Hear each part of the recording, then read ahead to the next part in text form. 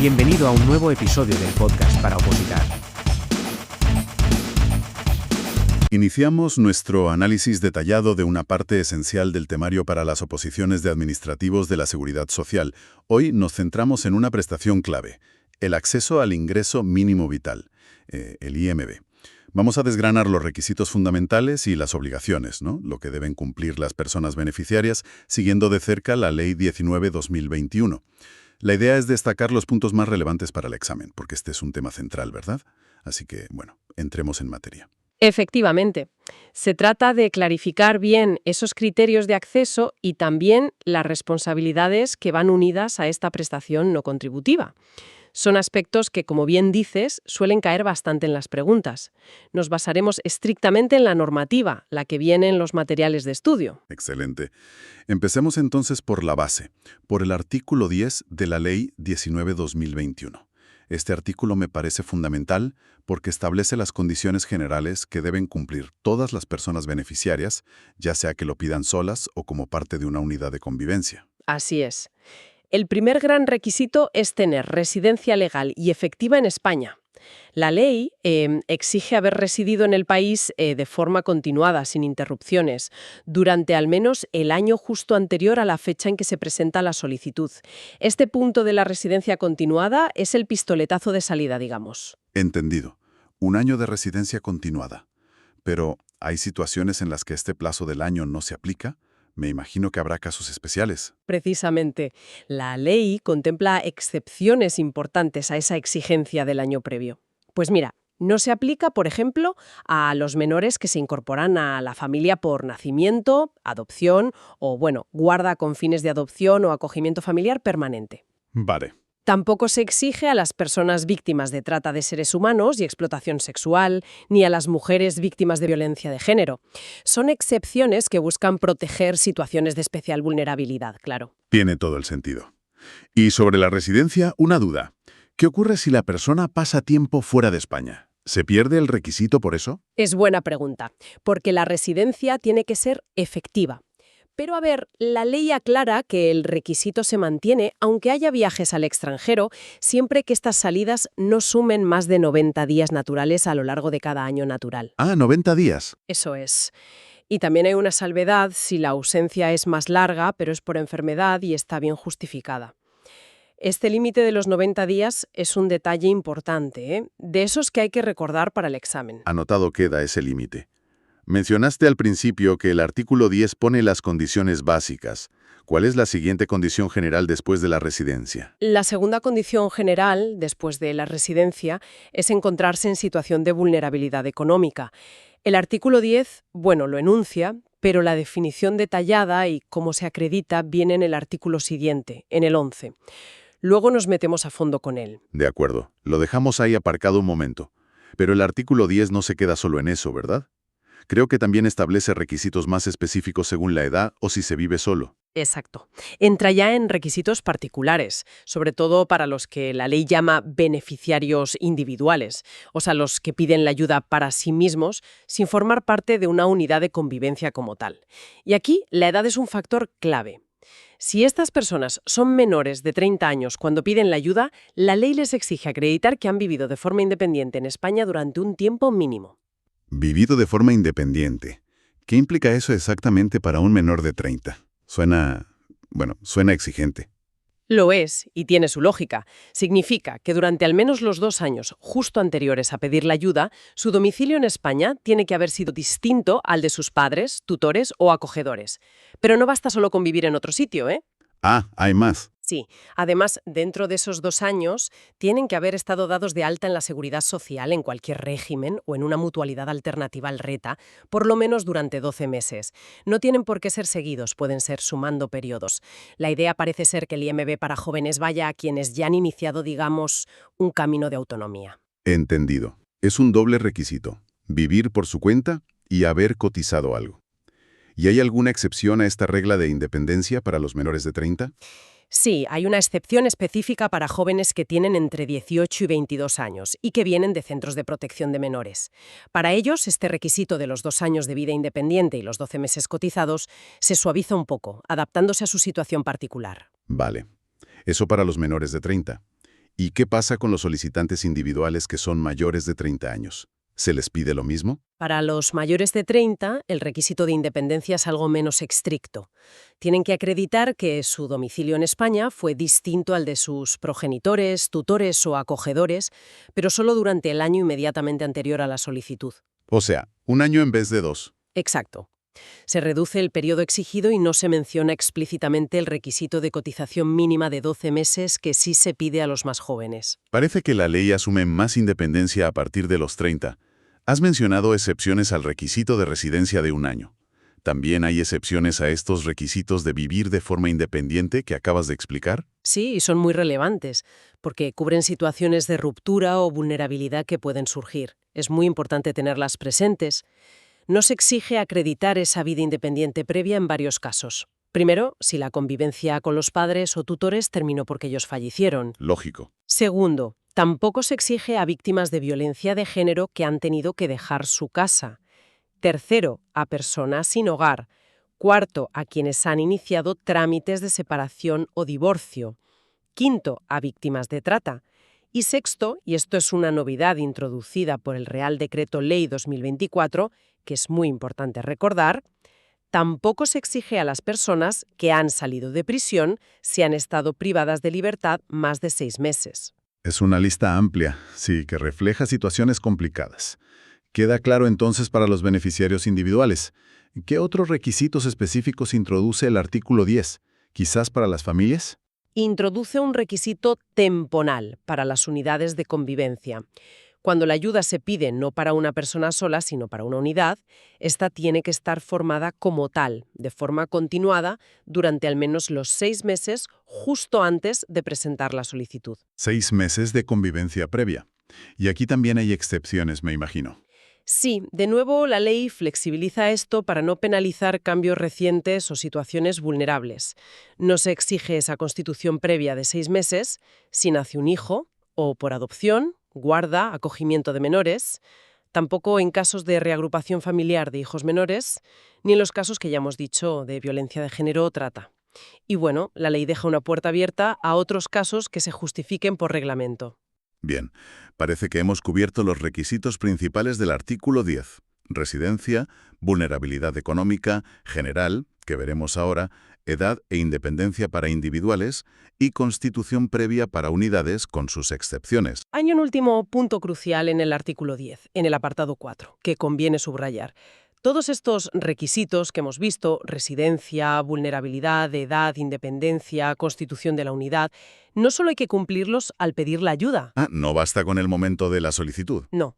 También deben mantenerse cuando la Administración te la concede y además deben seguir cumpliéndose durante todo el tiempo que se esté cobrando el ingreso mínimo vital. Es una condición que dura, que se mantiene en el tiempo. Entendido. Es una exigencia continua. Perfecto. Ahora sí, retomemos ese concepto clave que dejamos pendiente. La situación de vulnerabilidad económica, que define el artículo 11. ¿Cómo mide la ley esta vulnerabilidad? Mensual de todos sus ingresos y rentas anuales computables del año anterior a la solicitud es inferior al menos en 10 euros a la cuantía mensual de la renta garantizada que le tocaría a esa persona o unidad por su tamaño y características. Vale, aquí podemos conectar con una pregunta real de examen, ¿verdad? Recuerdo una de A2 de promoción interna de 2019, la 45. Preguntaba si el IMB era compatible con tener rentas del trabajo o por actividad económica. Exacto. Esa pregunta viene al pelo. La respuesta correcta era la A, que decía que sí, que el IMV es compatible con esas rentas, en los términos y con los límites que se fijen por reglamento.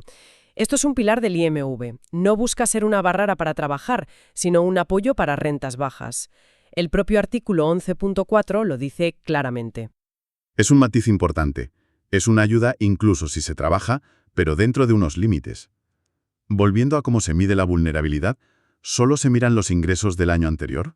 No solo los ingresos. El artículo 11 también mete un requisito de patrimonio.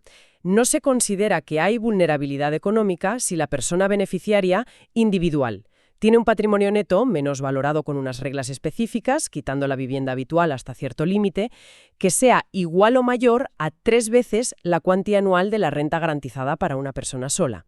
Ajá. Y para las unidades de convivencia, este límite de patrimonio se calcula aplicando una escala que está en el anexo 2 de la ley y que va subiendo según cuánta gente haya en la unidad. O sea que además de tener ingresos bajos el año anterior, tampoco se puede tener un patrimonio, digamos, alto. Correcto. E incluso hay exclusiones más directas por patrimonio. Por ejemplo, aunque no se superen esos límites generales de patrimonio neto, tampoco se cumple el requisito si la persona o alguien de la unidad tiene activos no societarios, como una segunda vivienda, acciones, etc., siempre quitando la vivienda habitual, por un valor por encima de lo que dice el anexo 3. Vaya. Y tampoco se cumple si algún miembro es administrador de derecho de una sociedad mercantil que esté activa. Son como filtros extra para asegurarse de que la ayuda llega a quien de verdad no tiene recursos. Comprendido. Has mencionado antes el artículo 11.4 y la compatibilidad con el trabajo. ¿Desarrolla algo más la ley sobre cómo funciona esa compatibilidad? El 11.4 insiste en esa compatibilidad y dice que se desarrollará por reglamento cómo se fijan las condiciones y límites. El objetivo es evitar que si mejoras un poco tus ingresos por trabajar, pierdas automáticamente el IMV al año siguiente, porque eso podría desanimar a buscar empleo o a mejorar. Claro. Menciona específicamente que este desarrollo pondrá especial atención a la situación de personas con discapacidad y de familias monoparentales. Tiene lógica buscar ese equilibrio para no crear lo que llaman una trampa de pobreza. Pero, ¿qué pasa si la necesidad económica grave aparece de repente, durante el año en curso, y el año anterior sí se superaban los límites? Por ejemplo, alguien que pierde el trabajo a mitad de año. Es una situación prevista en el artículo 11.5 y es muy importante conocerla. Para estos casos de vulnerabilidad sobrevenida durante el año, se permite pedir el IMV entre el 1 de abril y el 31 de diciembre de ese año. Para ver si hay vulnerabilidad, en lugar de mirar solo el año anterior, se tienen en cuenta los ingresos de la parte proporcional del año en curso. Ah, se miran los ingresos de ese mismo año. Eso es. Se verifican con datos de la Seguridad Social o, si no se puede, con una declaración responsable. ¿Algún detalle crucial sobre cómo se calculan esos ingresos del año en curso? Sí, hay un detalle muy relevante para el cálculo. No se tienen en cuenta las prestaciones o subsidios por desempleo, menos incluida la RAI, ni la prestación por cese de actividad que se hayan podido cobrar durante ese año, siempre y cuando esas ayudas ya se hayan acabado cuando se pide el IMV. Entiendo, para no penalizar a quien justo agota el paro. Exacto. Además, para poder usar esta vía de vulnerabilidad sobrevenida, se exige no haber superado ciertos límites de renta y patrimonio el año anterior, los que dice el anexo 4. Y un punto final clave. Las ayudas concedidas por esta vía se consideran provisionales y se regularizan al año siguiente, cuando ya se tengan los datos fiscales definitivos del año en curso. Esto puede implicar ajustes o tener que devolver dinero. Es un mecanismo complejo, pero supongo que necesario para urgencias. Para cerrar el artículo 11 nos queda una figura que introdujo, el complemento de ayuda para la infancia. Exacto, el artículo 11.6 regula el acceso a este complemento. Es una cantidad mensual extra para las unidades de convivencia donde haya menores. Para tener derecho, la unidad tiene que cumplir unos requisitos específicos de ingresos, no superar el 300% de los umbrales de renta garantizada del anexo 1 y de patrimonio, no superar el 150% de los límites del anexo 2 y cumplir también el test de activos del anexo 3. La cantidad del complemento varía según la edad de los menores, como luego detalla el artículo 13. Muy bien, creo que hemos desgranado a fondo los requisitos de acceso del artículo 10 y la compleja definición de vulnerabilidad económica del artículo 11. Nos queda un pilar fundamental, las obligaciones que se asumen una vez que te conceden el IMV. Esto lo regula el artículo 36, que también has marcado como muy importante. Sin duda. El artículo 36 detalla las responsabilidades que implica cobrar el IMV. La ley distingue entre las obligaciones que tiene la persona titular de la prestación y las que tienen los demás miembros de la unidad de convivencia. Empecemos por las del titular, ¿te parece? Adelante. ¿Cuáles son las principales obligaciones del titular? Primero, debe dar toda la documentación e información que le pida el INS para comprobar que sigue cumpliendo los requisitos y para poder notificarle cosas. Segundo, y esto es crucial por los plazos, debe comunicar cualquier cambio o situación que pueda hacer que se modifique, suspenda o extinga la prestación. El plazo para comunicar estos cambios es de 30 días naturales desde que ocurren. 30 días naturales. Este plazo es un clásico en preguntas de examen. De hecho, si no me equivoco, la pregunta 44 del examen de C1 de Promoción Interna de 2021 iba justo de esto. Esto hay que grabárselo a fuego. Correcto. Preguntaba por ese plazo y la respuesta correcta era la C, los 30 días naturales. Es un plazo que aparece otra vez, porque también hay que comunicar en esos mismos 30 días naturales cualquier cambio de domicilio habitual o de situación en el padrón municipal, ya sea del titular o de cualquier otro miembro de la unidad. Parece que la Administración necesita estar al día de cualquier variación, sí. ¿Qué más se le exige al titular? También debe devolver el dinero de las prestaciones que haya cobrado indebidamente. Otra obligación importante tiene que ver con las salidas al extranjero.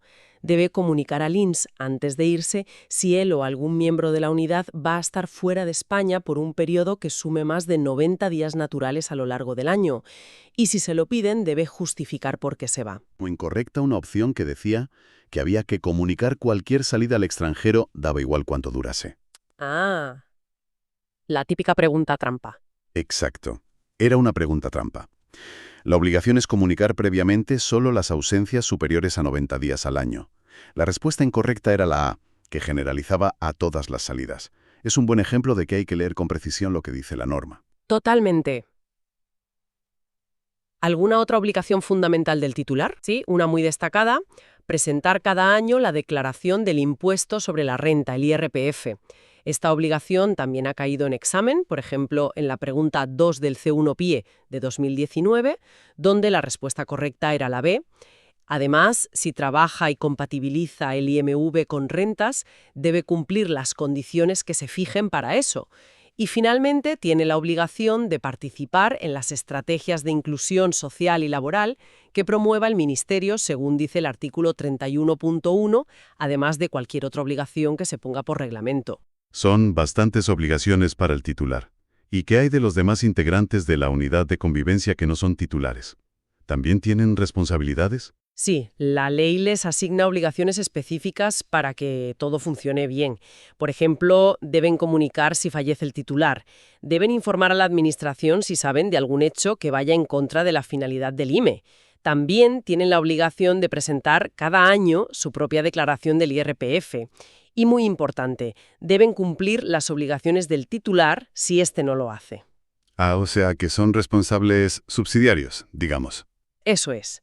Además, si trabajan, deben cumplir las condiciones de compatibilidad y también deben participar en las estrategias de inclusión. Y como el titular, cualquier otra que se establezca por reglamento. No solo el titular, la responsabilidad es compartida. Entendido. Parece que la responsabilidad se reparte dentro de la unidad para asegurar que la prestación se recibe y usa correctamente. Bueno, pues creo que hemos cubierto en detalle los artículos 10, 11 y 36 de la Ley 19/2021. Hemos visto los requisitos de residencia, edad, independencia, cómo se forma la unidad, cómo se mide la vulnerabilidad económica con sus límites de ingresos y patrimonio, la compatibilidad con el trabajo, el complemento de infancia y, finalmente, el importante catálogo de obligaciones. Es fundamental recordar bien los detalles, las excepciones y esos plazos clave como los 30 días naturales. Sin duda. Dominar estos 3 artículos es esencial para quien prepara la oposición. Hemos repasado los criterios clave que definen quién puede acceder al IMB y qué responsabilidades adquiere al recibirlo. Eso es, quedarse con las ideas clave.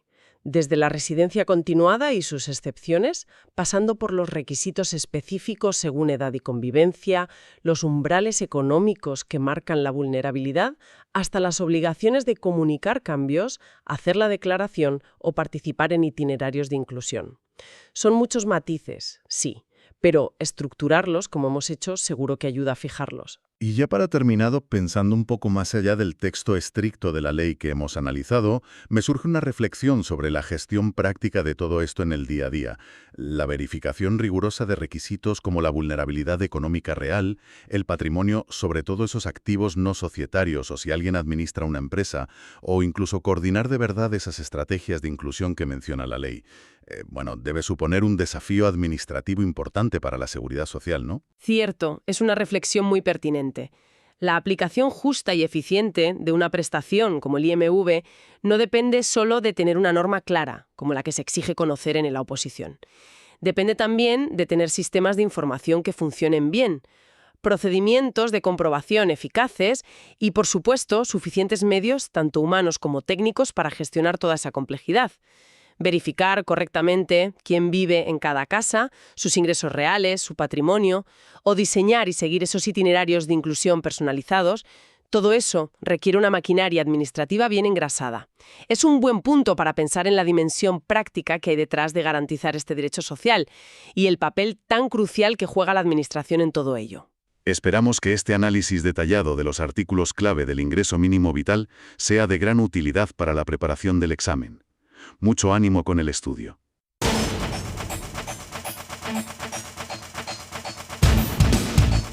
El podcast para opositar. Una producción de Balander Productions.